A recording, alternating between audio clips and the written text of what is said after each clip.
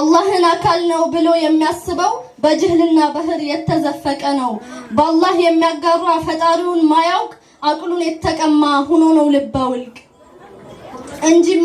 እንጂማ እውነቱን ቢረዳ ቢያስተውል ፈጣሪ ፍጡርን በምንም አይመስል። አላህ ፈጣሪ ነው ፍጥሩን የፈጠረ አርሽን ከውሃ ላይ አድርጎ ያኖረ። እንዲህ አሳምሮ አግዝፎ ያስገኘው ያለውን ችሎታ ግልጽ ለማድረግ ነው። አርሽን የፈጠረው ያንን ግዙፍ ዓለም ለዛቱ ቦታ አድርጎ ሊይዘው አይደለም። አሉ አንዳንድ ሰዎች ጀህል የጠናባቸው ሙሸቢህ ሙጀሲም ብለው የሚሏቸው የጅህልና ማዕበል ከባህሩ ዘፍቋቸው የተነገሩትን መስማት ተስኗቸው አርሽ የመፈጠሩ ሰበቡ ጠፍቷቸው ቦታ አደረጉለት ለጠራው ጌታቸው። አሁን ባለንበት በዚህ በሰፊ ዓለም አቂዳ የሚያበላሽ እንደነሱ የለም። አላህ በቦታ ላይ ይሰፍራል እያሉ ፈጣሪን ከፍጡር ያመሳስላሉ። በክፍለ አካላት ጌታን ይገልጻሉ።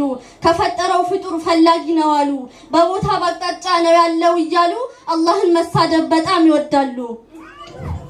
ሁሉም ነብያቶች የተናገሩት አላህ መጥራቱን ነው ከሁሉም ፍጥረት። አላህ ያለ ቦታ ያለ ነው በእውነት አያስፈልገውም አርሽም ሰማያት። በክፍለ አካላት እሱ አይገለጽም ብቸኛ ጌታ ነው ማንንም አይመስልም። አጋርም የሌለው በፈጣሪነቱ ይህን መስክረዋል መለክ ነብያቱ። እኒህ ሙሸቢሆች ያወቁ መስሏቸው በቦታ ባቅጣጫ ነው ያለው እያሉ አላህን መሳደብ በጣም ይወዳሉ።